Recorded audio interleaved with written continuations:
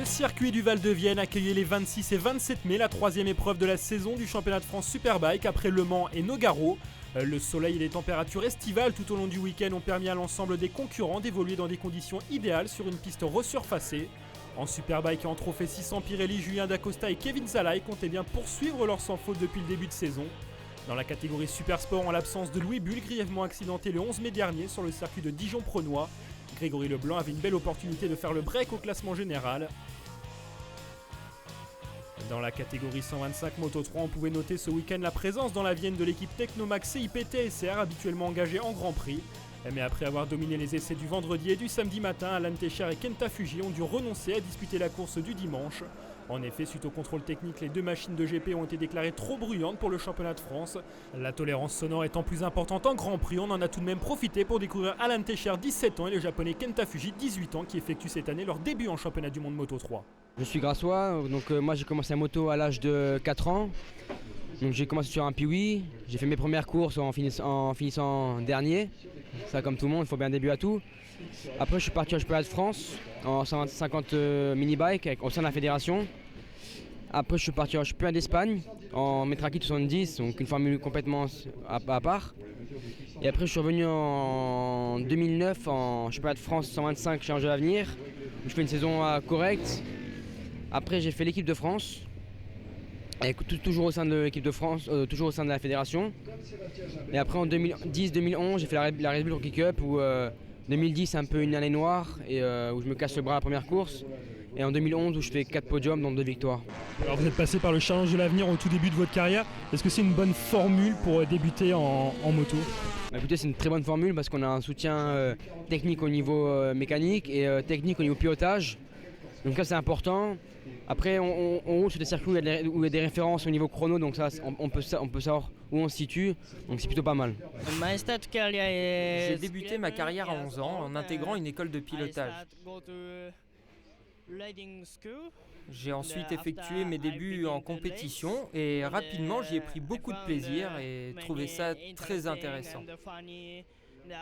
J'ai poursuivi mon apprentissage dans le cadre du championnat japonais. Cette année, c'est ma première saison en Grand Prix. L'objectif est d'être rapide, de marquer des points.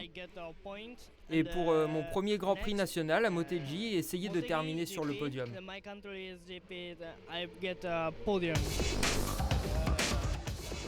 Alain Brunet, propriétaire de l'équipe Technomac CIP, occupe en parallèle la fonction de responsable sportif pour la Fédération française de moto. Au sein de la filière fédérale, cet ancien pilote de Grand Prix dans la fin des années 80, début des années 90, gère la détection des jeunes pilotes pour la FFM et s'occupe de la formation des pilotes du Challenge de l'avenir en championnat de France 125. Le Challenge de l'avenir, c'est une des parties de la filière vitesse, c'est-à-dire qu'à partir de 13 ans, en championnat de France, on peut commencer en 125 et l'idée c'est de donner aux parents une aide technique parce que c'est vrai que la technique moto est un petit peu compliquée et de donner aux pilotes une aide en technique aussi en pilotage. Faire progresser le plus rapidement possible les pilotes et effectivement on s'aperçoit qu'on a quand même de très bons résultats puisque Louis Rossi est passé par le Challenge de l'avenir et l'équipe de France et donc il a fait une tellement belle perf la semaine dernière que c'est fantastique. Et puis Alan Techer aussi a fait la Mini Bike Academy, a fait le Challenge de l'avenir, l'équipe de France. Donc tout ça, on voit bien que ça fonctionne et c'est vrai que ça permet à des parents de pouvoir venir sans avoir absolument besoin de beaucoup d'argent pour pouvoir rouler en championnat de France. Comment se déroule justement la détection ? Il y a plusieurs journées qui sont organisées chaque année pour détecter de jeunes pilotes. Oui, effectivement. Alors, donc moi, en tant que responsable sportif de la fédération, je me déplace sur des circuits de championnat de France 50 cm3, 80 cm3. Et après, on fait des grosses réunions au mois d'août sur la piste du pôle mécanique d'Alès, organisée par la fédération. Et là, on fait rouler énormément de pilotes et on essaye de les aider à s'orienter et à trouver des solutions techniques et à trouver des solutions financières pour pouvoir rouler, pour pouvoir faire des saisons en championnat de France, éventuellement en promo sport, éventuellement orienté sur l'Espagne. Donc, on essaye de trouver des solutions pour ces pilotes-là. Combien de pilotes sont engagés cette saison en Challenge de l'avenir et quel est le soutien apporté par la fédération tout au long de la saison ? Alors il y a 10 pilotes, donc aujourd'hui au Vigan il y a 26 pilotes dans la catégorie 125 Moto 3, c'est mixte, hein, et il y a 10 pilotes qui sont au Challenge de l'avenir, donc c'est très intéressant.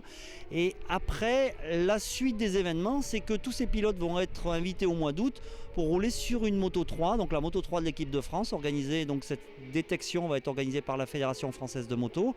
Et la deuxième étape, c'est de retenir 3 pilotes et de continuer à faire une deuxième détection. Tout ça pour que le pilote qui va être sélectionné, qui va arriver en Espagne, aura une bonne pratique sur la Moto 3. Une formation qui porte ses fruits, en témoigne la victoire de Louis Rossi la semaine précédente lors du Grand Prix de France Moto 3 au Mans. Louis Rossi par exemple est un garçon que nous avons soutenu année après année, et le voir sur la plus haute marche du podium au Mans la semaine dernière, c'était vraiment un immense plaisir.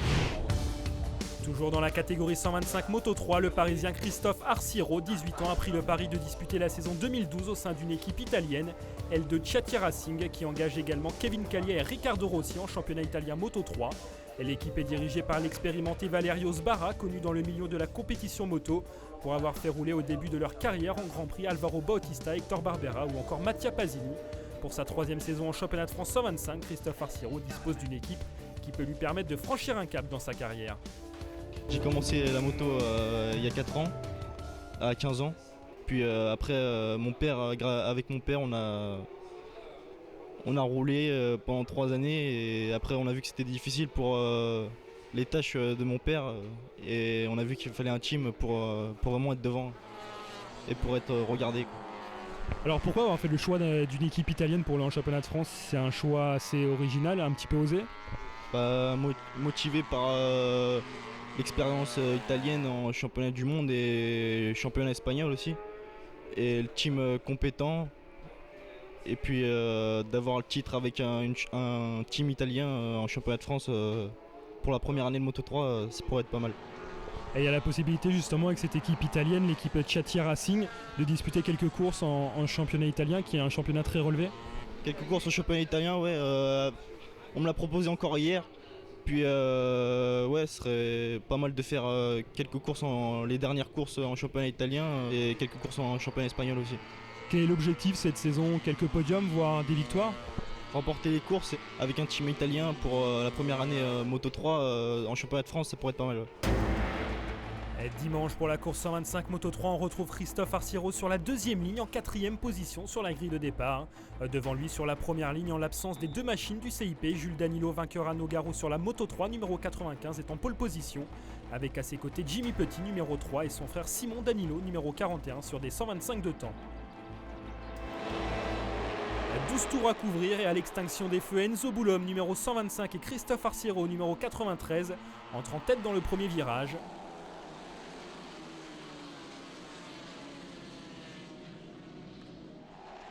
Mais au passage sur la ligne du premier tour, Jimmy Petit mène devant Jules Danilo.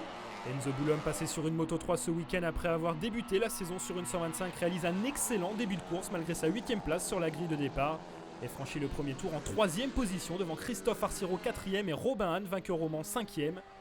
Simon Danilo 3e sur la grille passe dernier au premier tour suite à un problème juste avant le départ sur sa KTM 125. Dans le 3e tour, Jules Danilo prend la tête devant Jimmy Petit. Enzo Boulom part à la faute et abandonne.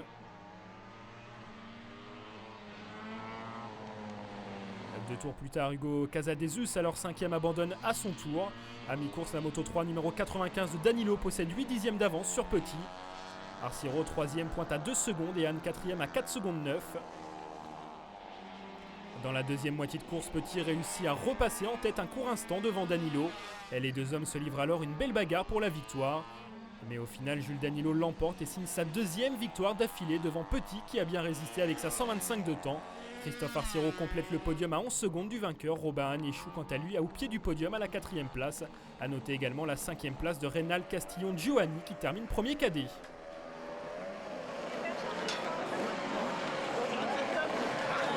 J'ai raté mon départ comme d'habitude. Donc le temps que je double, Jimmy était déjà devant avec je sais pas, peut-être 5 dixièmes d'avance. Et donc j'ai commencé à remonter. Puis je l'ai doublé, on s'est un peu battu. Au final, dans le dernier tour, je fais mon meilleur chrono. Donc j'ai pu prendre un peu de distance. Et voilà, je suis vachement content. classement provisoire, Robin conserve la première place mais ne compte plus que 2 points d'avance sur Jimmy Petit et 8 sur Jules Danilo.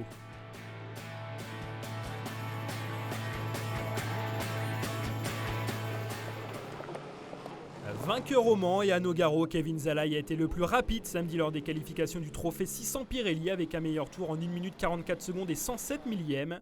Florent Tourné numéro 30 est deuxième devant Maxime Cudeville troisième.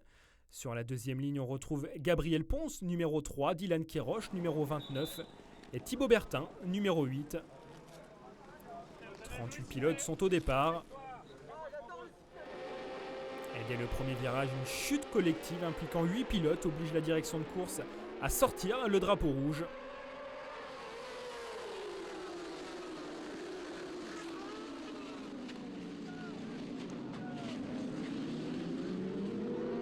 Le temps d'évacuer les motos et un deuxième départ est donné.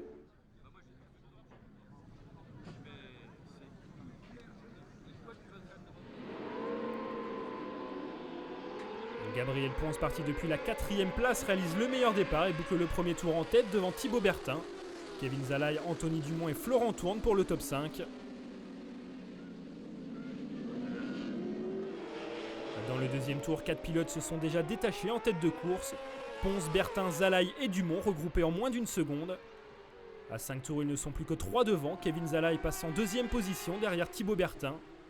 Gabriel Ponce est 3e. À l'entame des 2 derniers tours, Kevin Zalaï s'empare du commandement.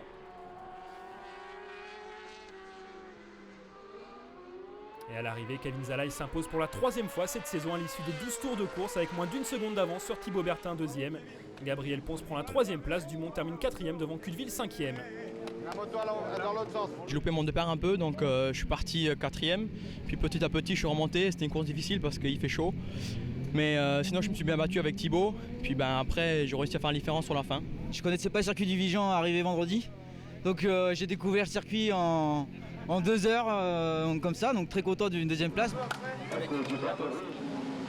Fort de ses 3 victoires en 3 courses, Kevin Zalaï domine le championnat avec 25 points d'avance sur Thibaut Bertin et 35 points sur Gabriel Ponce.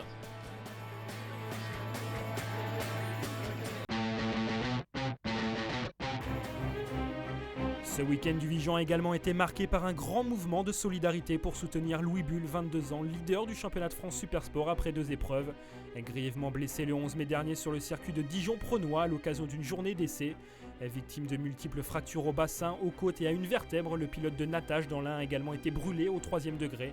Marc Fontan, son team manager au sein de la Dark Dog Academy, fait le point sur son état de santé et l'opération de soutien Gaulois mis en place au Vigan. Ça va de mieux en mieux, hein. Donc là les chirurgiens, les spécialistes sont intervenus sur les greffes depuis une semaine. Il a eu sa 2e greffe vendredi dernier et donc pour l'instant tout se passe bien et c'est ce qui va lui permettre de se reconsolider si on peut dire et de se sortir de ce mauvais piège. Donc pour l'instant c'est bien, c'est pas fini, c'est long, la famille est avec lui et ils ont encore 3-4 greffes de prévues avant de pouvoir reconstituer sa peau. Quant aux fractures qu'il a eues, il va falloir attendre, c'est le temps qu'il fait. Bien sûr, il est suivi, il est soigné, il est opéré, mais maintenant c'est le temps qu'il va faire. Donc pour l'instant, son état est plutôt encourageant parce que stable et ça va dans le bon sens. On a voulu faire un peu interpeller les gens parce que c'est un pilote qui a eu un grave accident, il y a la partie physique qui est terrible, ça va être des semaines, des mois, des spécialistes qui sont là pour. Puis après il y a le mental, c'est d'un moment se dire je vais plus pouvoir courir, c'était sa passion.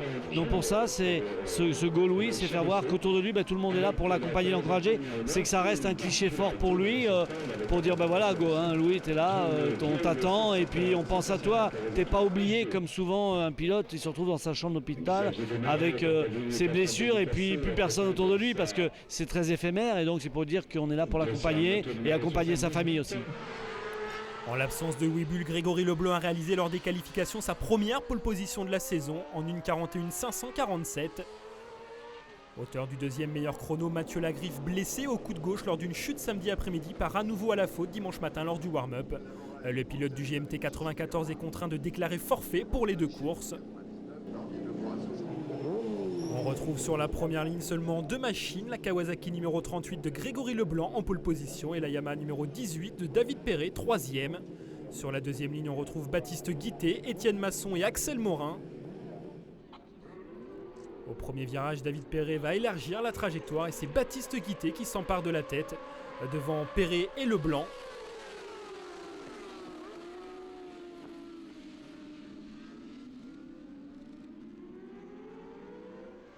Mais dans le troisième tour, la Kawasaki numéro 38 de Leblanc passe en tête devant Perret, Guité, Morin et Masson, 5e. Rémi Échard emmène alors le deuxième groupe à la 6e place. Leblanc accélère progressivement le rythme et s'échappe seul en tête. David Perret emmène le deuxième groupe mais part à la faute à mi-course. Leblanc se retrouve alors seul en tête avec une avance de près de 5 secondes sur Morin, Guité et Masson qui passent au freinage. Rémi Échard 5e remonte sur ses 3 hommes en bagarre pour le podium. Dans l'avant-dernier tour, Masson alors en deuxième position devant Morin se fait piéger et part au tapis.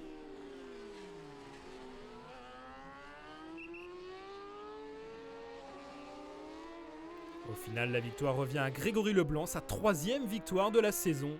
Axel Morin prend la 2e place à 6 secondes 2 et pour la 3e place, c'est finalement Rémi Échard qui a le dernier mot face à Guité et Enjolras pour son premier podium de la saison. J'ai pas fait un très bon départ, j'ai la moto a cabré donc je me suis retrouvé 3. J'ai essayé de passer David, mais David avait compris qu'il fallait que si je passais devant, j'allais m'échapper. Donc j'ai un peu forcé la porte. Les 2 premiers tours c'était tendu et une fois que je me suis mis en tête, je me suis calé sur mon rythme. Voilà, et puis j'ai fait 4-5 tours rapides, j'ai pris de l'avance. Et je voudrais dédier cette course à Louis Bull parce que c'est vrai qu'il nous manque sur la piste et j'espère qu'il va se remettre vite. Dans la deuxième course Super Sport, Grégory Leblanc prend le meilleur départ devant David Perret. Masson est 3e devant Guité et Morin.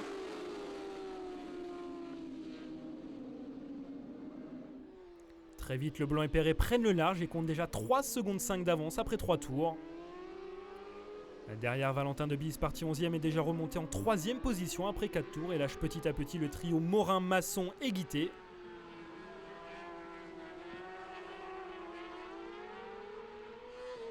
À mi-course, Leblanc et Perret comptent 3 secondes d'avance sur Debise, qui est l'homme le plus rapide en piste à cet instant.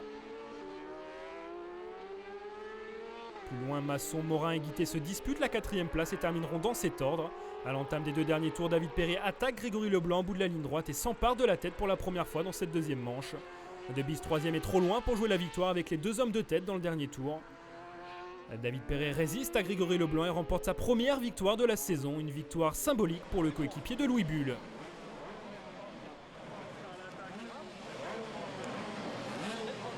Je me suis senti tout de suite à l'aise dès le départ. J'ai vu Greg qui était aussi à l'aise et avec les conditions qu'il y avait comparé à ce matin, je savais que ça allait glisser en fin de course. Et on se faisait de grosses glisses à la fin, mais j'ai su garder économiser mon pneu pour les derniers tours pour vraiment l'attaquer les 2 derniers tours. Debise prend une belle 3e place après un week-end difficile. C'est pas mal, surtout qu'on a eu pas mal de galères avec des problèmes de roues. Après, quand on est arrivé sur le circuit, on a cassé le moteur, donc j'ai dû aller chercher un moteur à 3h du circuit. Donc j'en ai chié, j'ai pas dormi du week-end.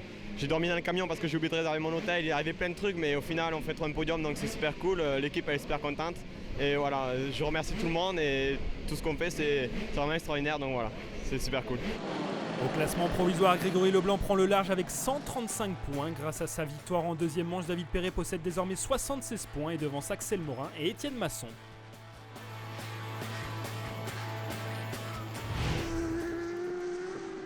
Une des curiosités de ce week-end du Vigan, la présence en Superbike du franco-brésilien Philippe Braga-Thirier, 24 ans, né le 17 novembre 1987, d'un père français et d'une mère brésilienne. Originaire de Belo Horizonte, Braga-Thirier dispute cette saison la Coupe du Monde FIM Super Stock 1000 en marge des week-ends européens du championnat du monde Superbike.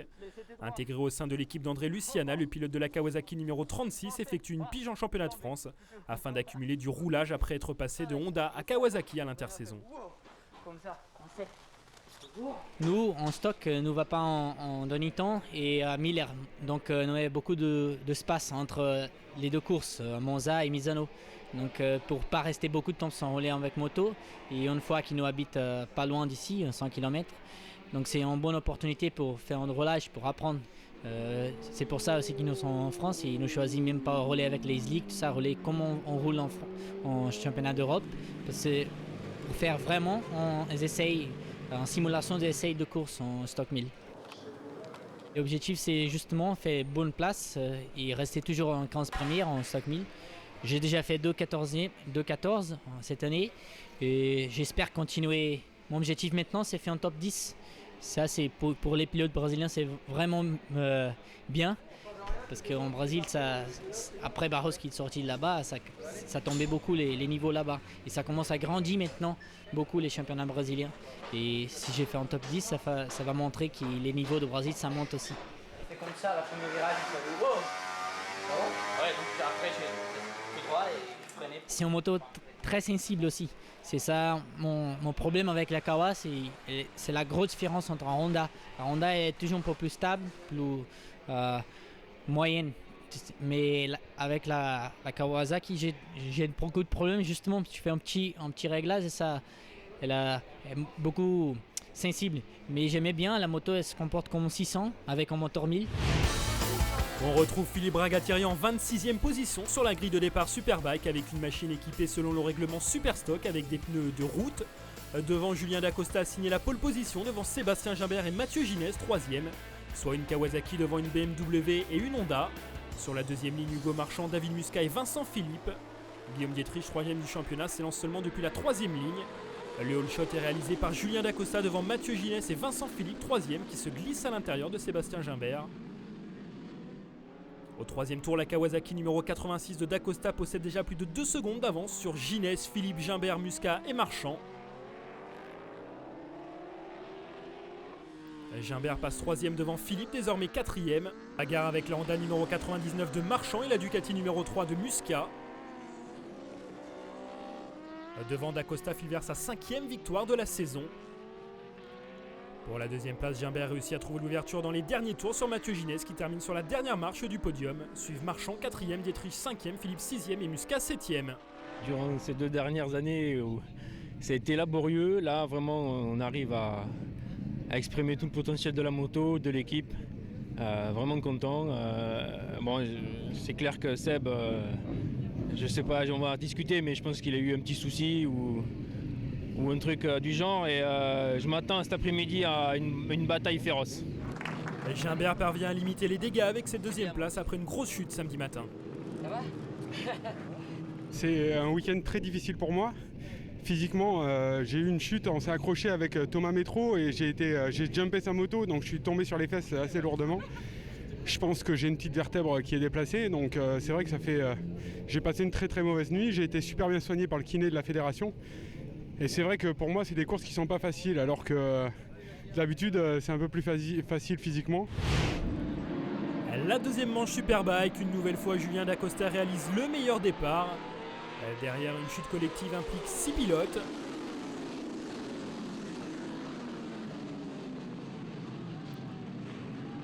Conséquence de cette chute, entrée en piste du safety car, la course est neutralisée pendant 3 tours.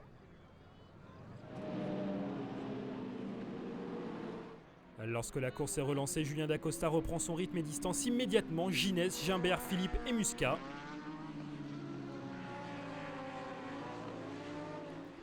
À 4 tours de l'arrivée, coup de théâtre, Sébastien Gimbert, 2e, part à la faute. Le pilote de la BMW numéro 7 réussit à repartir et inscrit les 2 points de la 14e place.